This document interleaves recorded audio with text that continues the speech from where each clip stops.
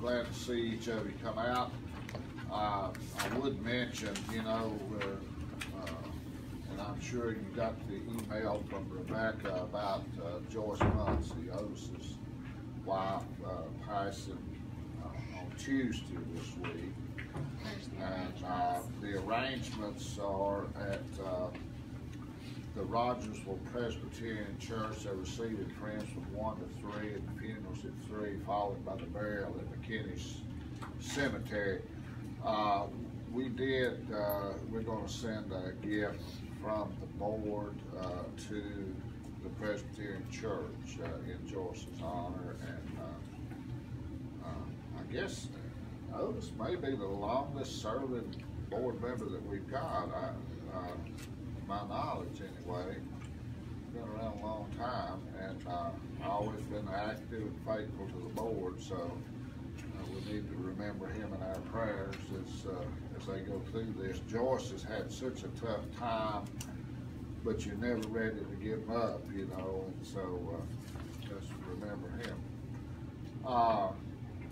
We'll call the meeting to order. I want to welcome, we've got John Burdine with TCAT that's with us, and Don Hurst with the state MCD. We've got Glenn Hutchins with the city of Rogersville. Mr. Jeff Bobo, who's in attendance and taping it all, and so with the Times News. And we've got Clay and Brian with Networks, and Sherry, and we'll hear from Sherry here in a few minutes about what's going on with their program. Did everybody get a copy of the minutes of the last meeting? Do I hear a motion that we accept them as mail? Got a motion, I got a second. Second. All in favor say aye. Any opposed? So moved. Report of the Secretary Treasurers. Rebecca. Beginning balance on June 28th of $21,522.51. We had our regular WIA career first deposits, and then you'll notice the $100,000 deposit from the state of Tennessee, and that is for the Technoglass grant. And then the checks show the activity, just a normal activity, with the $100,000 going out to Technoglass, and giving us a balance of $22,407.17. One CD at Citizens Bank, $6,124.25. And then we do have one reimbursement due from RETA for $4,234.78. And the RETA reimbursement, once again, is just reimbursing us for the activity that we do with the U.S. Bank for our different things that we do, the lunches and that sort of thing. All right, any comments or questions on the financials? Hearing none, I hear a motion that we accept these. I'll make a motion. Have a motion, got a second, but Terry, all in favor say aye.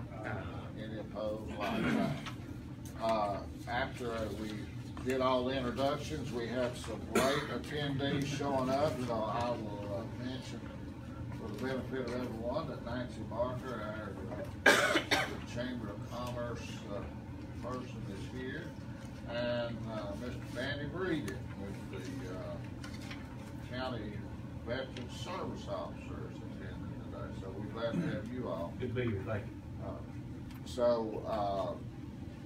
We've got the minutes and the treasurer's report. Carrie, whichever one, I guess, wants to, I appointed a committee at the last meeting. We've got an issue with where we had an outage of water at the Sigornsville at the Phipps Bend Industrial Park, and we wanted to meet with some folks up there and see maybe what kind of plans they've got to correct some of those things, and seeing if there's some way that we could help with that. And so I think they met with the Sigornsville Water Utility Board. Kerry, you want to, either one of you?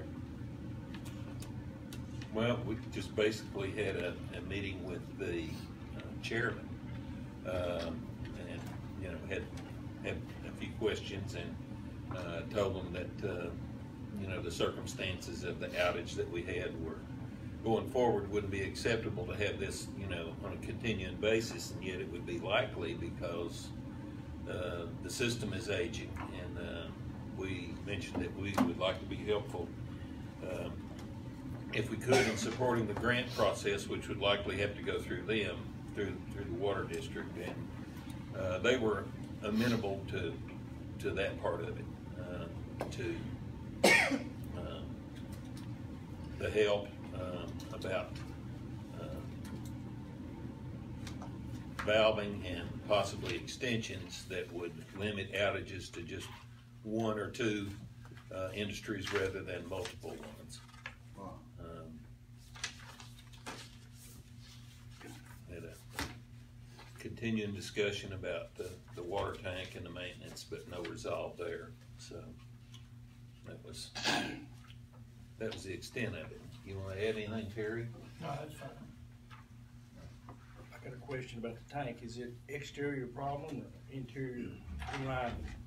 It's, I think it was written up as work inside and out. Both of them? Okay. Yeah, I think so. I've done that. So, I guess, talks will continue, I guess, since we got no resolution of the issue.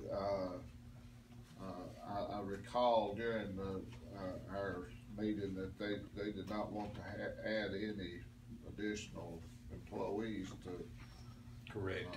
or spend any money on the valves or anything.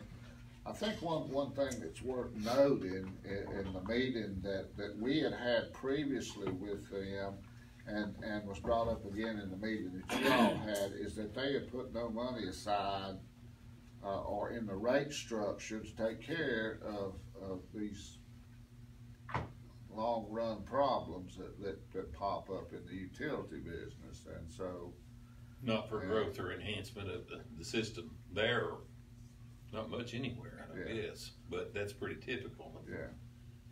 Many water districts. So that's gonna be an issue going down the road, is if they don't have money set aside, and you know, that's what depreciation's set up for, is you depreciate an asset and you set that money aside, because as it actually does depreciate, eventually you're gonna start having breakage or repairs or replacement, and that's the reason you have the depreciation. That's what the accounting folks set up for that, and that doesn't sound as if that's happened either. So we've got an issue there, because we've got to maintain good water service for the existing 15 or 16 industries that are in Phipps Bend currently. We cannot have long extended outages. It's operation now though, isn't it? I mean, is it, Yes. Yeah. We had the big long outage. okay. Sure, it caused a lot of It problems. started on a Sunday morning and was finally put back online sometime on Monday afternoon. So that was quite an outage.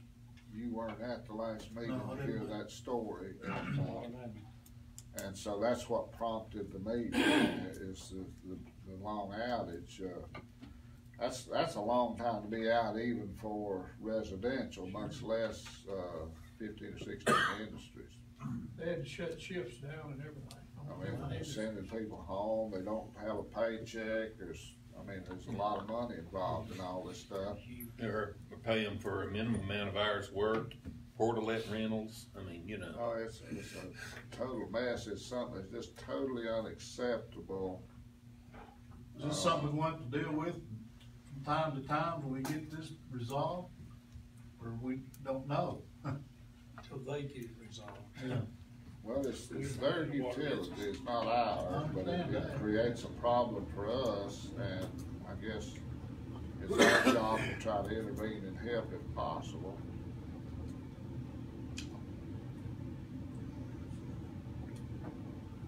So, like I said, appointed a committee to look at the other, at the same time, it's brought up in some of our planning sessions with networks and with TVA and with the state. We've got a sewer line that runs through one of the major lots that's left after we've sold off a lot of these pieces of property. The sewer line runs right through the middle of this, and so we wanted to see if possibly there was some grant money and everything available to move the sewer line to the existing roadways. When it was put in, you got to remember there was about 1,100 acres of ground there. All of it looks the same. It was all flattened out with TVA with a 2% grade going toward the river. You don't know where lots are going to be and things of that nature. So now we find ourselves after 25 or 30 years of selling lots off and things that the sewer line is in the middle of a major 100-acre site, and it's really inhibits any growth or the sale of that property. And so in our discussions, we think that there's money available to move it, but we need to get some plans together and everything. But at the same time, that's not our sewer line, it belongs to Church Hill. And so the committee's gonna meet with Church Hill. I think they've got a meeting set up the 1st of August, and to start the discussion on that. And so we can keep moving forward and keep showing property, and this one piece of property, I guess, gets more visits than almost anybody, because you can't hardly find 100 acres of flat ground in East Tennessee, and this is a perfect piece of property, and so it's shown quite often, and in various RFPs that we get. So we want to see if we can get it corrected and move forward with this thing. Larry, talking about Sigourn's, the state comptroller has I think it's called a utility district review board under the comptroller's office. Might want to get them involved in the discussion with Sigourn's. I'm sure they'd be interested in doing something to keep outages in industrial water. When is that next scheduled committee meeting with the water? It's tentatively August 6th on the Monday for the sewer. The water meeting, there's not another one set yet. Okay.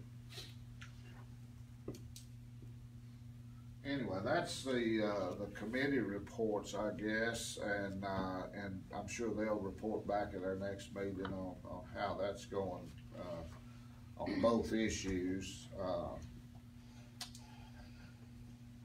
Old business, I know Rebecca, how's the sheriff's department substation going? We got word last week that we have won the 3-star grant. We was awarded the 3-star grant for the $15,000, and that is for the sheriff's department satellite substation up in Phipps Bend. It's going to be in the EMS fire hall up there. And so we are working with Nancy Barker on getting a timeline together on trying to get this satellite substation up and running and going. And I'm hoping it will be there and ready to run by fall. So I'd say maybe October. Yeah, we've sent the first financial papers into the state, but we're working on the state contract right now. So, and it takes about, you said She about said 30 she days. said probably take about 30 days to process all the paperwork. On that. Yes. So. And process all the paperwork to get the money so we Yes, can then. Yeah, to move forward. They announced the award last week, Oh, okay. and so we sent our first preliminary financial papers in that same day, Right. and then she'll send that to the finance with the state, and they'll set up the contract, and then commissioner will sign the contract, and then they'll send it back to us, and we'll sign it, and then we send it back to them, and, dotting the T's and crossing the I's. Before we can move on with it. Yeah. Well, I wanna thank, Nancy and Rebecca both for the work they put in to get the 3-star award every year. I think a lot of people just assume that it's a given that we're gonna get it, and there's a tremendous amount of work associated with it. And, we just appreciate the effort, and it certainly is gonna go to a good cause, with the, establishing the substation there for the sheriff's department has really excited the participants in the industrial park up there about having a police presence in the park, at any given time during a 24-hour, 7-day a week. We think will really help in several issues that go on up there. Well, you know, it's not only gonna help with the industrial park, it's gonna help the east end of the county The whole altogether. East End, that's exactly right. So, and we're a tier 3 county, so we got the maximum amount we could get for a tier 3 county. That's great. That gives them quicker response time to any calls that they may get on that end of the county, cause they will be right there, instead of all the way back down here in Rogersville.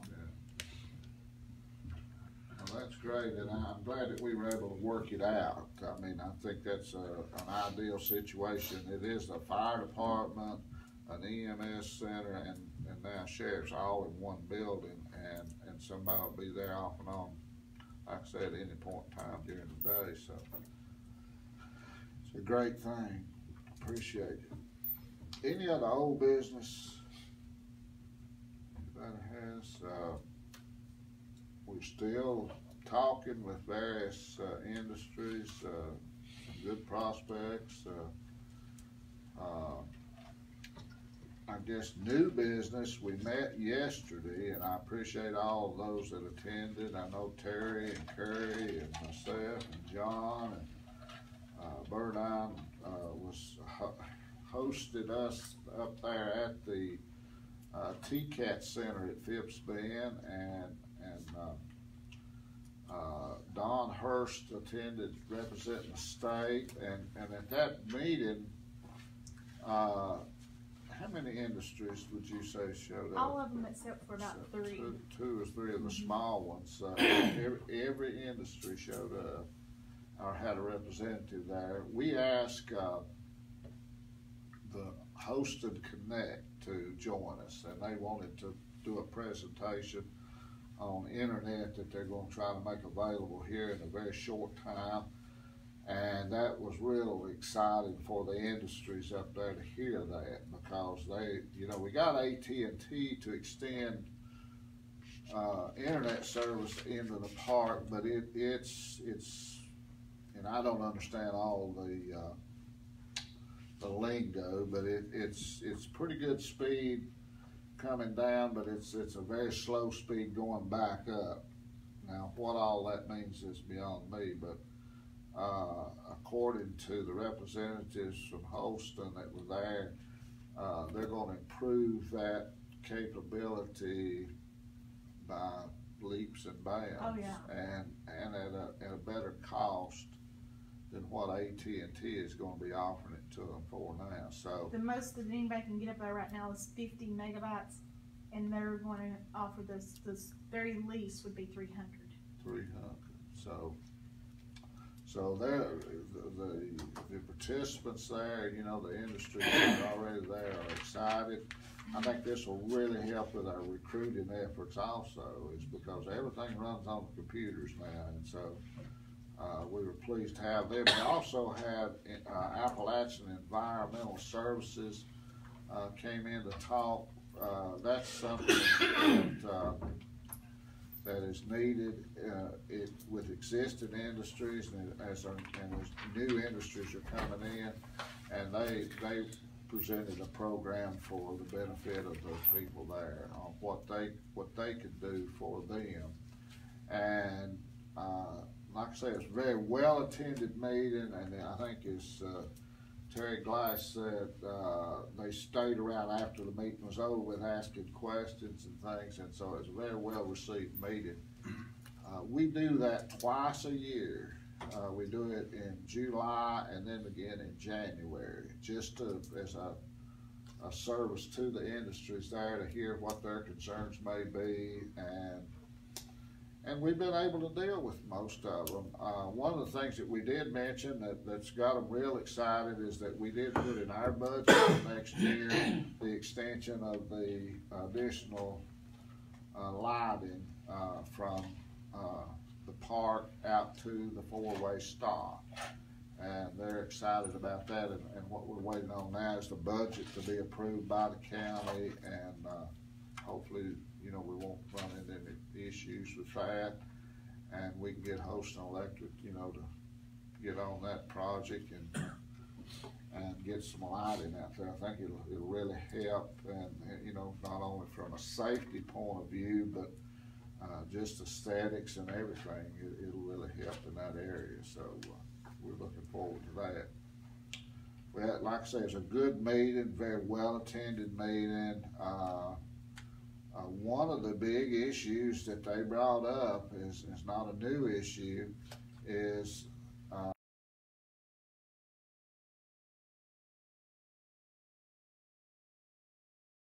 suggested a job fair, and I think every one of them raised their hand and said they would be participants and would certainly encourage us. And so, another job for Rebecca to get on to. We're gonna see if we can get with John at TCAT and do a job fair.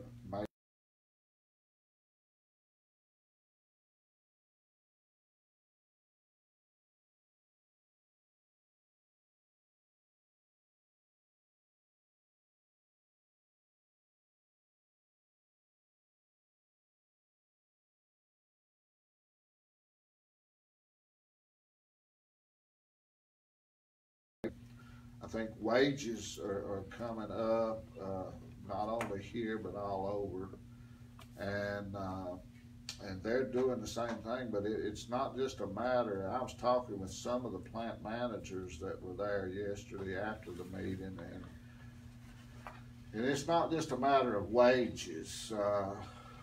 You know, it's a matter of commitment from some of these young people that they're just having some difficulty in getting people to commit to work every day and being there on the job. You know, I get so frustrated when I hear about these people talking about $10, $11 an hour jobs. Well, there's a few of them around, but now they're few and far between anymore.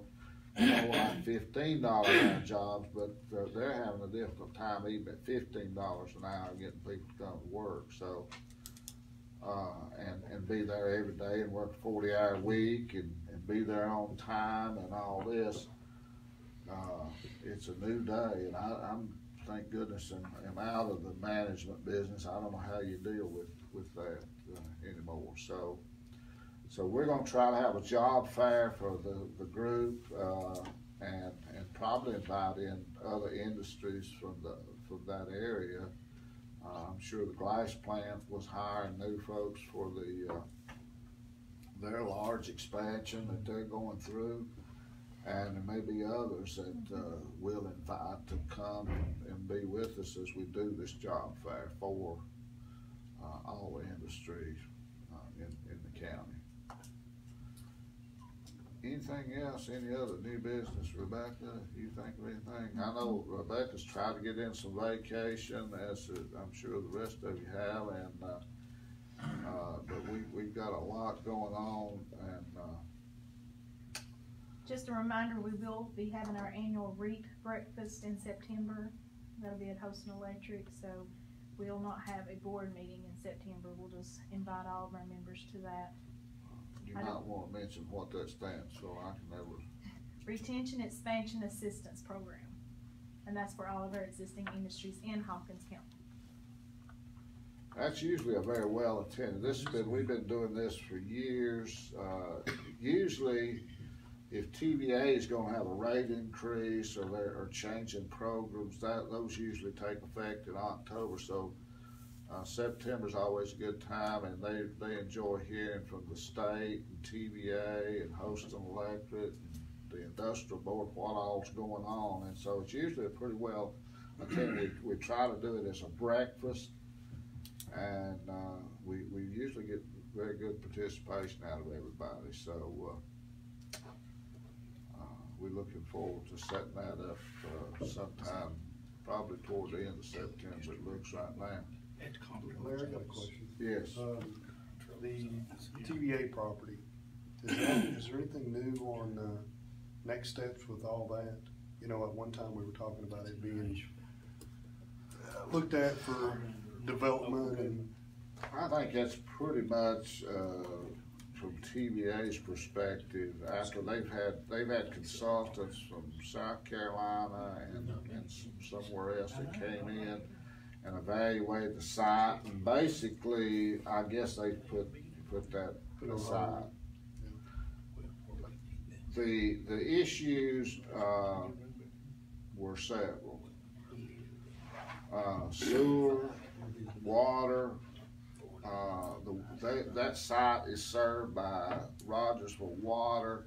It crosses, it was just set up basically for a, less than 200, folks that worked out at John Sevier. So it would require that. The other problem, another problem was the property, even though it's quite extensive in acreage, is broken up by 3 different plats. it's like 3 different sites, and it may very well at some point in time be worth something to. Sure, I was really just curious if there'd be anything new on that. That's the newest thing, is that they basically are going to drop it for the time being. Read something about there's gonna have a public meeting to discuss what you're talking about with the flies they've got stored over there. That's the public meeting that you got the notice on is simply to discuss the environmental impacts of the fly ash that still exists there.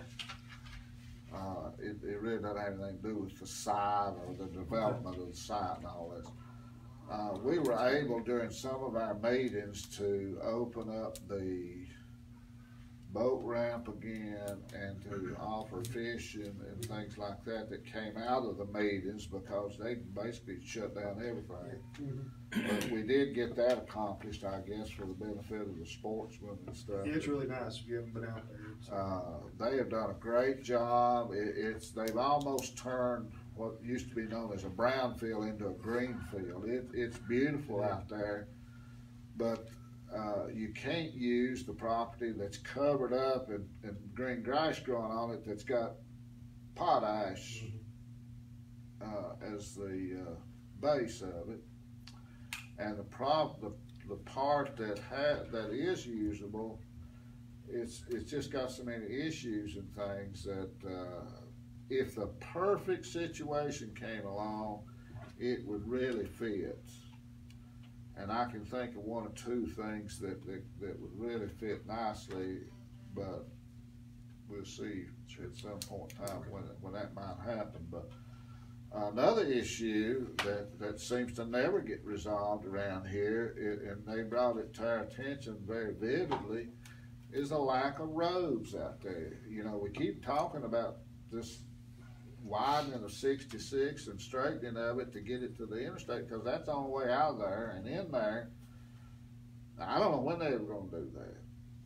Not in my lifetime, evidently. So that was brought to our attention very quickly, is that area is so limited because of the road situation.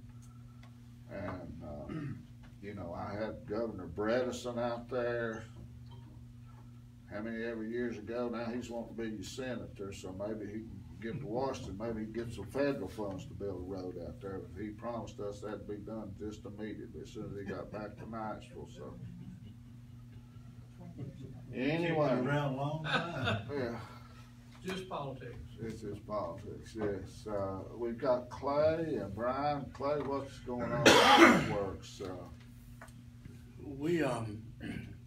We're of course doing a lot of work on the red carpet tour. We have 8 consultants coming in. 2 of them are the principals of Creek and Rogers, that were the ones that brought us the RMC Advanced Manufacturing. And so we're excited about that because they have that pipeline into Canada, and I think we haven't seen the last of them. Certainly hope not. It's funny, on the way down here, I was on the phone for about 45 minutes with a consultant today about various things, and Brian was disappointed because he usually hangs on all the words of wisdom that I am expounding on these drives. It means so much to him. And the things, the sewer, we were talking about the large site and the sewer line issue and the time it would take to, all those things, site prep is everything. And he was also talking about, as all our conversations with anybody is about workforce and workforce development. And again, I don't know if John Burdine's ears were burning yesterday, but some folks from technical training and came up from Chattanooga State and visited with Northeast State and the RCAM, and I talked about how great working with the RCAM and our TCAT. There's no territorialism. We bring them in, we tell them the project, they work together on it, and just what a difference it's made for us.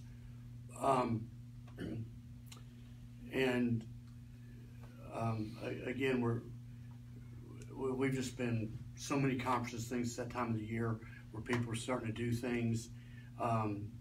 We have coming up, have a distribution logistics conference to attend.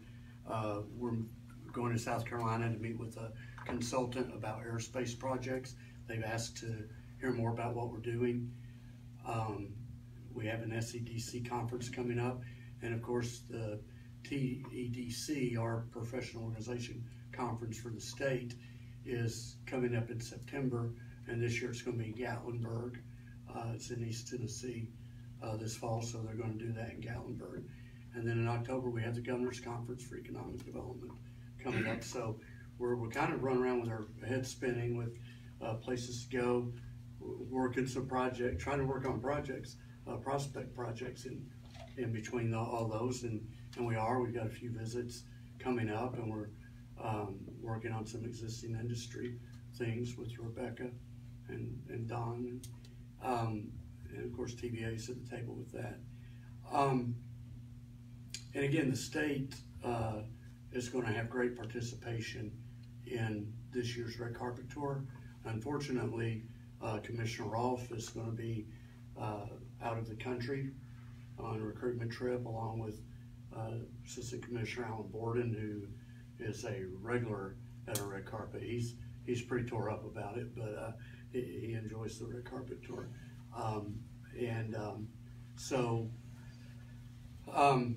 We try to raise the bar on this every year, and this year on our Friday night event, something I was on a TP trip I was on, and worked many times with, we do a lot of songwriters nights, and we thought, we got birthplace country music is where it started, and a songwriter that we've worked with at TP a handful of times, Grammy Award-winning songwriter Tim Nichols, probably most famous for co-writing the Tim McGraw song "Live Like You Were Dying," and we're going to do a songwriters night on Friday night before the race at the birthplace of country music. So I think that's going to be really, really cool.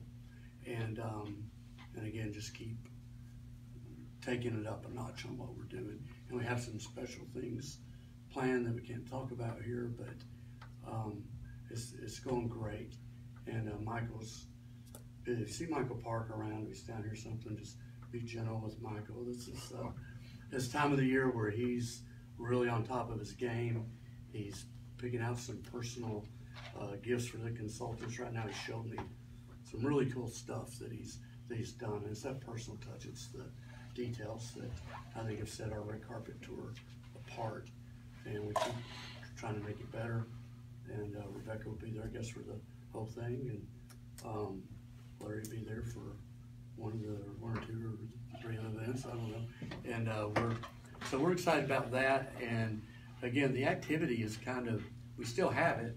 It's not really peaking right now, but we're encouraged by it and where it's going and inquiries. It's just nothing, and not a lot of things are moving real quickly, but not enough to bother us and be concerned. So it's business as usual, and there's nothing usual about our business as usual.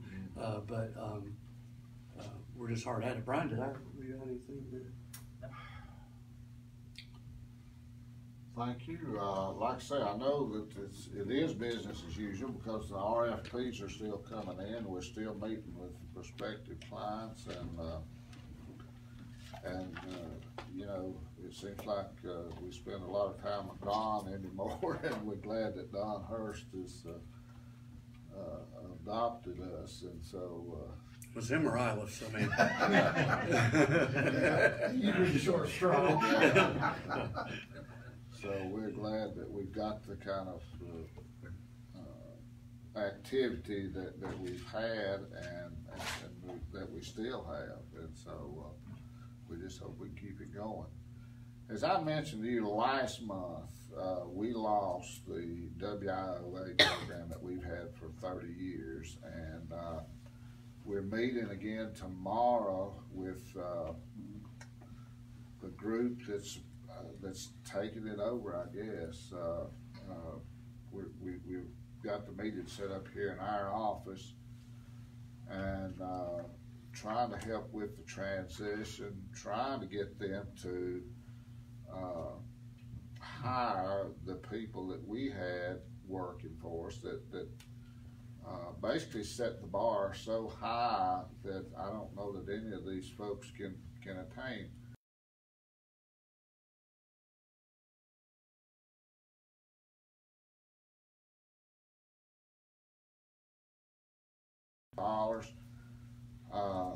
But we agreed to meet with them. I've talked with the folks in Knoxville, the folks in Elizabeth, and so we're going to sit down in the morning and try to work our way through this thing. And you know, we really don't want to lose the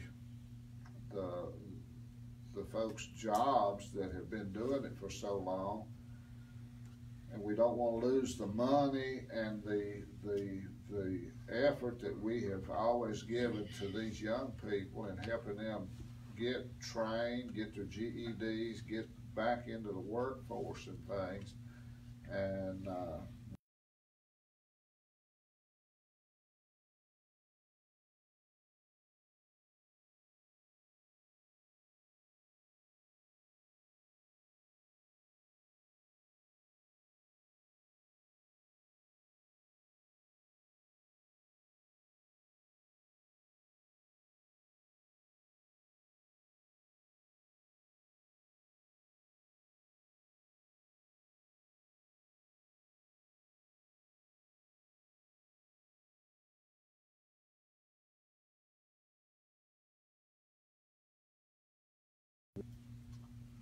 it's just unfortunate, but we'll see.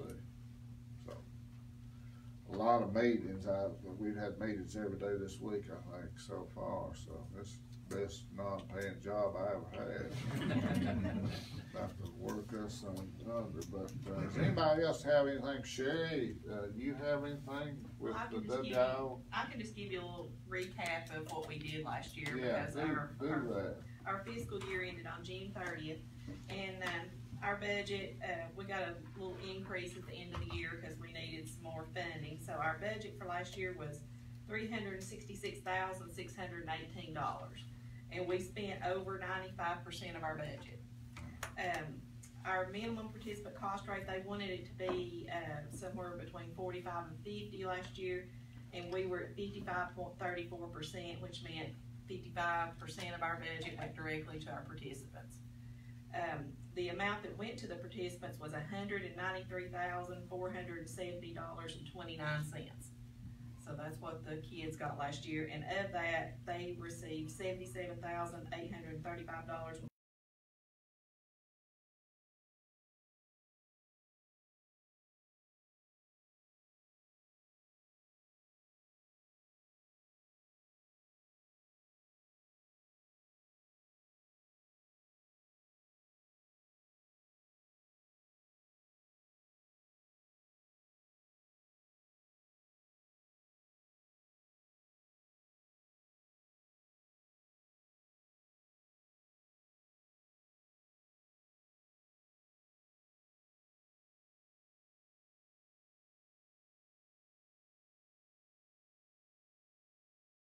You don't get that money. I think some people misunderstand, well, we could take that money and use it for something else. Well, you gotta use it with the program. That's the way the federal program is set up. And so, there's always been confusion about that because it looked like we had about $500,000 budget that we operate on, and you can use that somewhere else. Well, it's federal money. It goes for that program, and now that the program has gone to Knox County, that money, most of that will be spent in salaries and things down there, not up here. And hopefully the money will flow back into some of the young people here that are to help them get jobs and things. But basically it's gone. So and it can't be used to balance the county's budget or whatever. So a lot of confusion. Anything else that anybody's got? Like I said, we thank you all for participating. We thank you for the effort you all put in meeting with these different industries and different issues that come up and keeping these things going. That's what it's all about.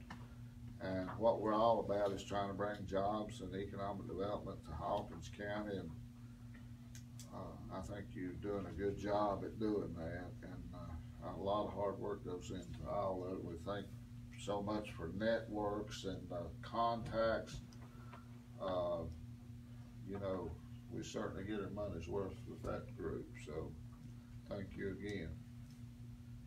Since Mr. Otis, remember Otis, and this week, and with the loss of Joyce, and since he's not here, somebody's going to take his place. Make a good adjourn. All right, we're adjourned. Thank you. Good job. When you all were with the industries talking about the jobs, did they mention how many? Did you ever tally up how many job openings there are in Hawkins? No, I don't know. They were just real concerned about that after the meeting was over. You know, we had mentioned. We have a question and answer session, and that was brought up. I was just wondering if y'all broke it down by plant, like this plant needs 25 people, or this plant needs 10 people. I don't know. Obviously, the Hawkins they're running slower than normal to get up to speed. They were hoping to have a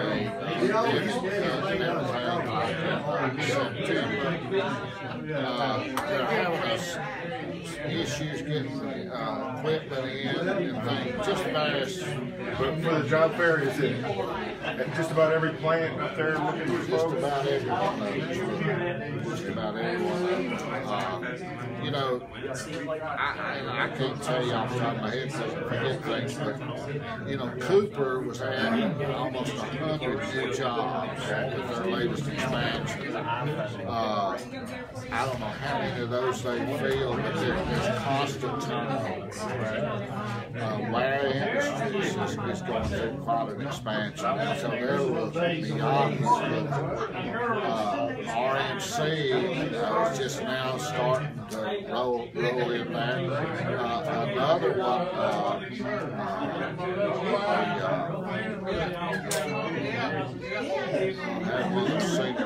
the company that was formerly Aladdin Plastics. I know what you're talking about.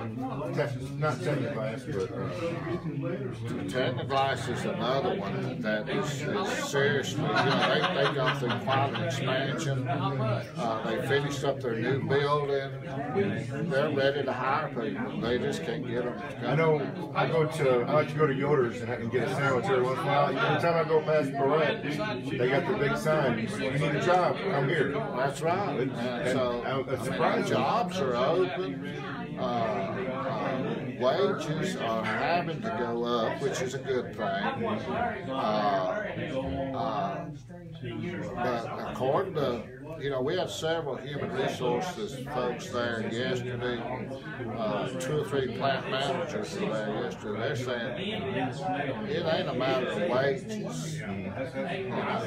It's not that they're not willing to pay it. They just need to get people that stick to it and do it. And I don't have an answer for that. That's Yeah, I know what you're talking about. That's probably a lot